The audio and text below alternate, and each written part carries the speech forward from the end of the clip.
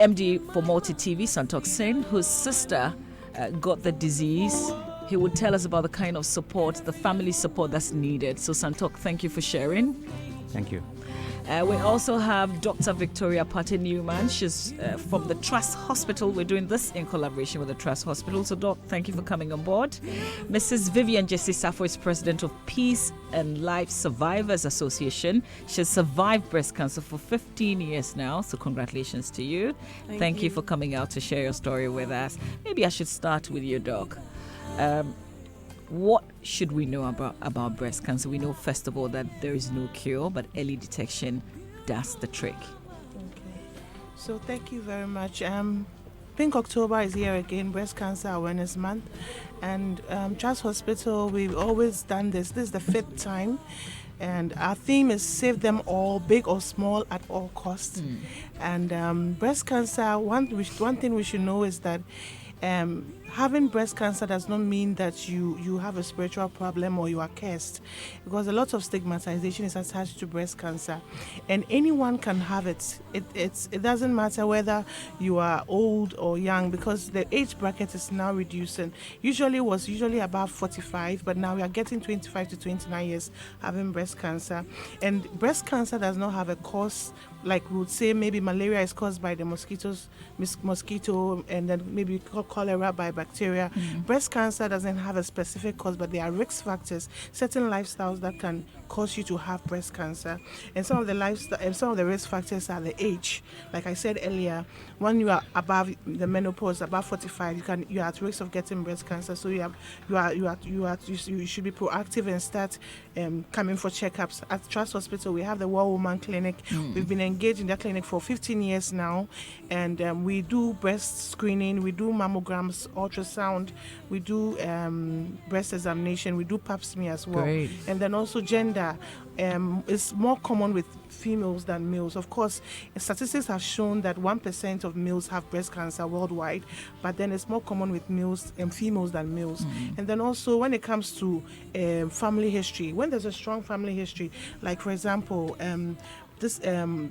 your boss has sister has breast cancer, it means that his other sisters should also check for breast cancer as well, meaning that every year they should do their routine mammogram if they are above 40 years, and then below 40 they should do their scans. And even men that have had prostate cancer, their relatives are prone to also having breast cancer, because there's this gene called the BRCA1 gene and BRCA2 gene that's responsible for breast cancer. Then also we come to early menstruation. Now it is due to the certain foods that we've been eating, westernization and all that. The foods are different. It's not like the home village kind of food. And most of the girls are having their menstruation by 7 years. I heard just this Saturday. Really? Yes. My professor was telling me that their granddaughter has started menstruation and she's just 7 years old, and I was really surprised. And someone like that, she's supposed to be having her checks as soon as she gets to her 30s and 35s, because she's had long overexposure of hormones, the estrogens and the progesterones. And then also late menopause. Some women come to my clinic 59, 58, and they're still menstruating. So that means that for a long time they're still exposed to the hormones. Those people too are also prone to breast cancer. And people who don't give birth on time, unfortunately, most of the girls are doing well now. We have ladies doing so well. In my class, 2/3 are girls, and it's like we are all schooling, so we are delaying our childbirth. So when you're above the age of 30 and you give birth, you start thinking of coming for checkups. And those who've not had children at all are prone to getting breast cancer. So these are the risk factors. And then also lifestyle. Stress can cause it, alcohol, overuse of alcohol, smoking, and then increased fatty foods and all that can cause breast cancer. So basically, when we want to talk about breast cancer, it doesn't really have a cause, but it has risk factors. So then when we want to talk about how to prevent it, it's basically the reverse of the risk factors. Like you have to rest, eat well, vegetables and all that, because the body is very prone to being exposed to something we call radicals. Those are free elements in the body and ions that causes the body to change its way of growing. That's how.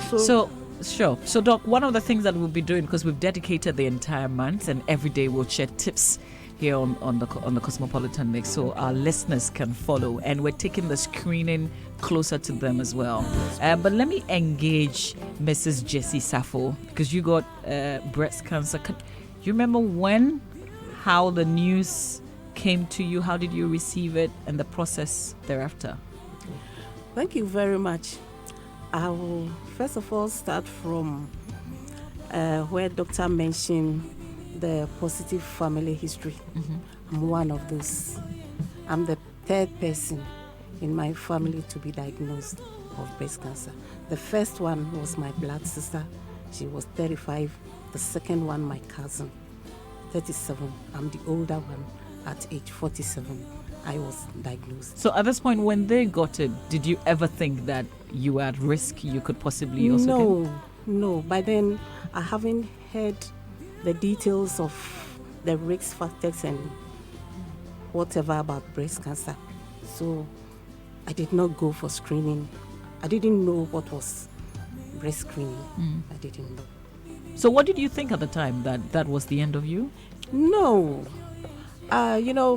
My sister who had breast cancer, I was with her during her treatment journey at Kolebu. So I saw her going through the chemotherapy and the radiotherapy. When she lost the hair, I saw everything. So in fact, when the news came to me that I had breast cancer, I wasn't too... How was yours detected? Fortunately, I was detected very early because it got to a time I was just reducing in weight, but no pain in the breast because breast cancer is not painful. So one day I realized I was having some funny pains and changes in my right breast. So because of my sisters, I quickly went to the hospital. Okay. I was screened and they asked me, do I know I have a lump in my breast? I said, no. I did a necessary test and unfortunately it was an early stage breast cancer. So I was arranged to go to the theater. I had my surgery done before my chemotherapy and by God's grace, the tumor was taken off and the breast was saved for me. How was the feeling like when the doctor first told you that, yes, indeed, what they had found was breast cancer? Like I said, because of my sister's case, I took it in good faith. It takes courage, determination, strong will, and focus to accept the news. Yes. So I accepted it and allowed myself. But that's only because you had seen your sisters go through it, your cousin and your sister go through it. How did theirs go? My sister at 35, she has to go through mastectomy. So she lost one breast. And my cousin, breast conservation, she had the breast saved for her. But they all survived. My sister unfortunately survived for 7 years, but she had a lot of complications, and I can say rather she had ovarian cancer killing her, not the breast. So you've survived this for 15 years. Yes. How do you... Is there a fear, for instance, that this could come back?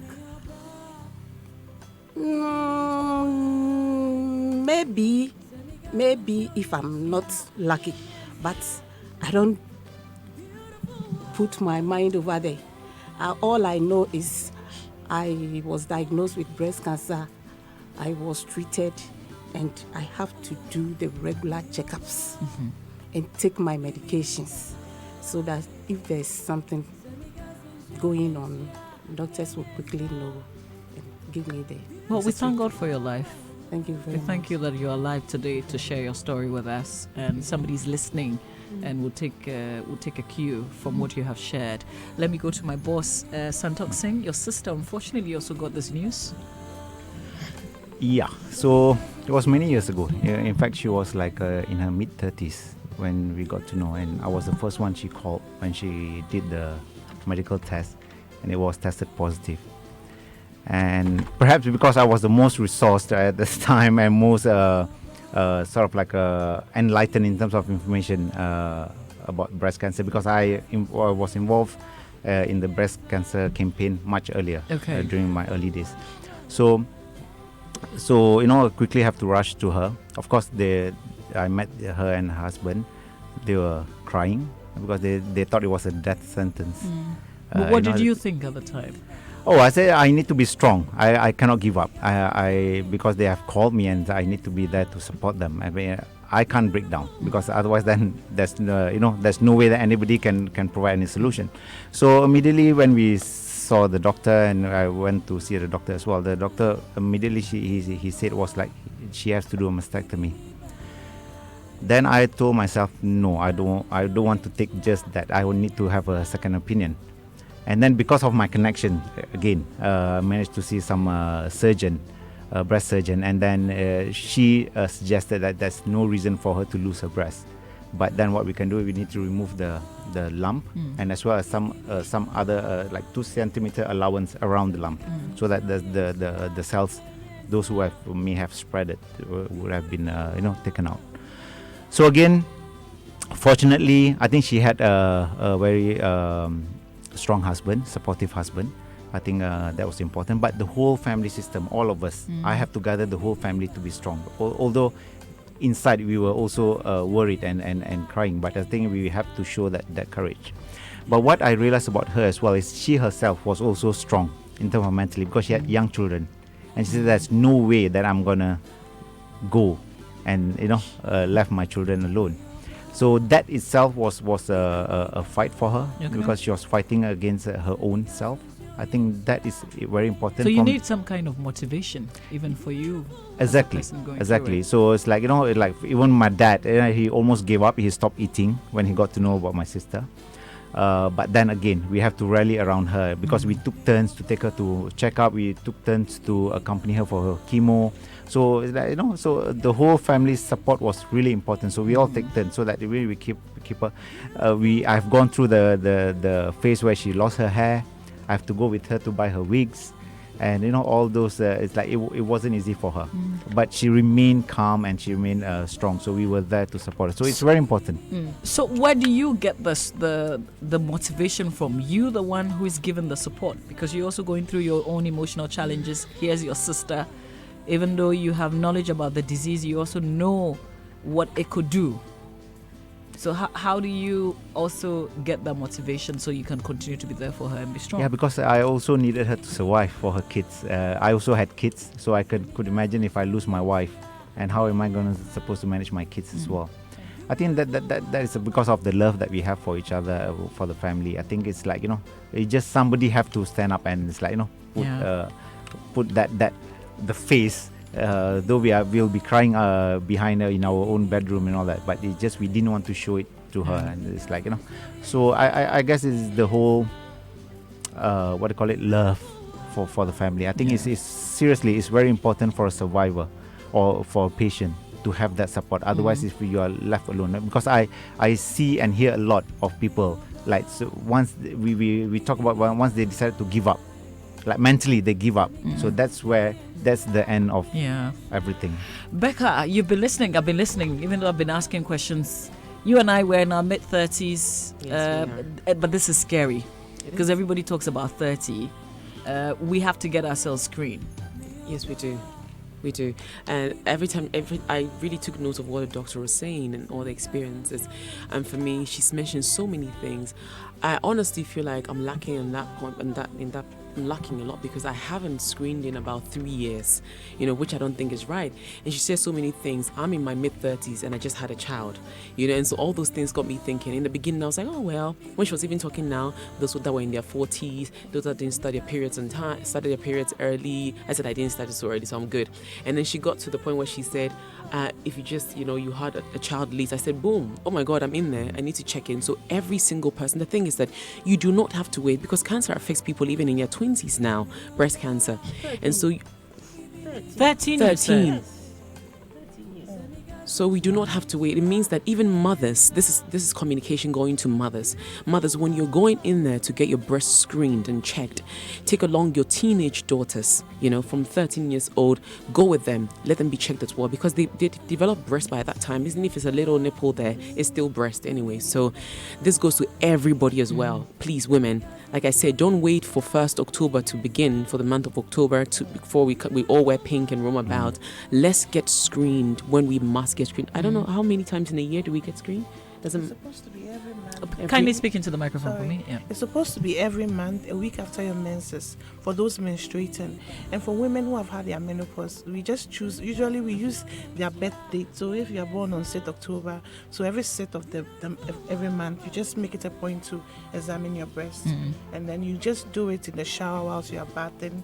You raise your hand up and then you just use the flat of your palm, and then you just examine your breast quadrants to quadrants, and then you get to your nipple and then you squeeze, and then you find if there's any discharge, which is very important. And then men, you can also help us as well. Yeah, those that are married. I've actually had patients who come to me to tell me their husband found discovered yeah, something. Yes, it happens. If you just tune in, of course, it's the Cosmopolitan Mix, and it's our launch of our breast cancer awareness here on the Cosmopolitan Mix on Joy 99.7 FM. We're doing this in collaboration with the Trust Hospital. We've just had Auntie Vivian share her story with us. She survived breast cancer for 15 years. My boss Santok Singh also shared the story of his sister and stressed on the importance of family support. Dr. Victoria Pate-Newman is with the Trust Hospital, did some education on breast cancer. Becca's here, myself, we're listening, we're in our mid-30s and we're taking the cue. So the issue about not knowing exactly what to check, I think that is what also setting us out to do the free breast cancer screening. So we're starting from home.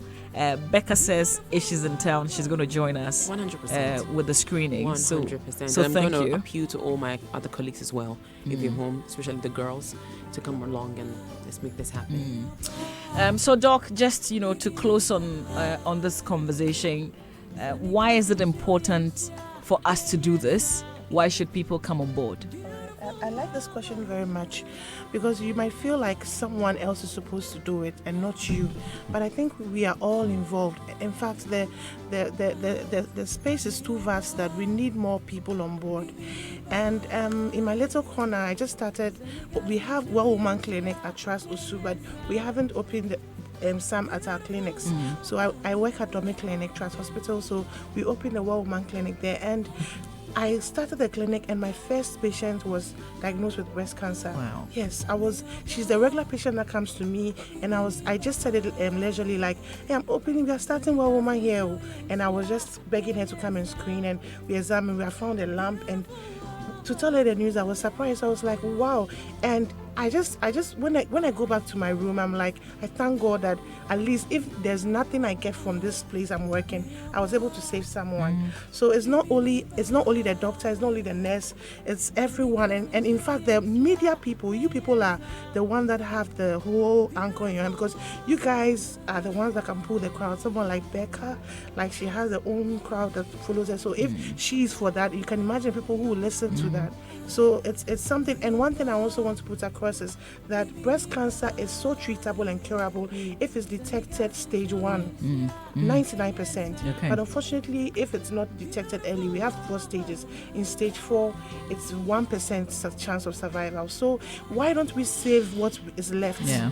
And it's very, very possible. And I realize as the year increases, the awareness is getting, because last 5 years it wasn't as like this, and I'm seeing it getting better and better. Great. Yeah. All right. The world is becoming pink. The world is becoming pink. Mrs. Vivian Jesse Safo, President of Peace and Love Survivors Association. Can you add your voice to that? How important is what we're doing? Thank you very much. It's very, very important for every woman to go get herself screened. You can do it at home, but once a year, go to a clinical person to screen for you. If there's any little change, please and please do visit the hospital. You can seek a second opinion somewhere and make sure you do your follow-ups so you are satisfied with yourself. Women, especially our sisters who sell, they don't have time. Domi Market, as she's there today, somebody will tell you, as for me, I don't have any problem with my breast. So I'm not going. Even without checking. Yes. And you might not know. Maybe it's the person who is refusing to go. Maybe it's because of her. That's why they are there today. So please, women, we have breasts, and the possibility of having breast cancer is real. So anytime you see a breast screening program somewhere, just have some little time for yourself and go get yourself screened. Thank you. Because breast cancer is real, and the end stage of it is very terrible. Thank you, Auntie Vivian. Let's end with you, Santok. You've been talking about the importance of family. Maybe you should talk about it again before we wrap up. Yeah, like I said, it's like, a lot of people get worried when this kind of sickness is diagnosed. Okay, how am I supposed to afford for the medication, because it may come with a lot of expenses and all that. So support in terms of not necessarily have to be monetary support, but also in terms of spirit, in terms of emotional support is important. And there can never be enough information that you can have, because it's like until you are facing that problem, only then you realize how much little you know about the sickness. That's another thing that we need to realize. It's like, and what are the options available? That's another thing. It's like, so it's like, when you are faced, so it's like we always take it for granted that it's like it's not going to happen to us, like we spoke just now. It's like it's not me, it's somebody else. But like, for example, my family, we didn't have any history of cancer, but she had it. So there's no guarantee that nobody can have it. Again, I urge the listeners and our viewers to be aware of this sickness. Be aware that it can happen to anyone. Even men can get breast cancer. And as well as, and be supportive, whether you're a friend, whether you're a family, whether it's like you're a work colleague. I think we need to continue to have it, because like I say, half of the battle is mental, half of the battle is the medication. Well, so thank you. Thank you for sharing. Becca, on this note? On this note, I am happy to announce that the breast cancer awareness campaign is duly launched on the Cosmopolitan Mix on Joy FM.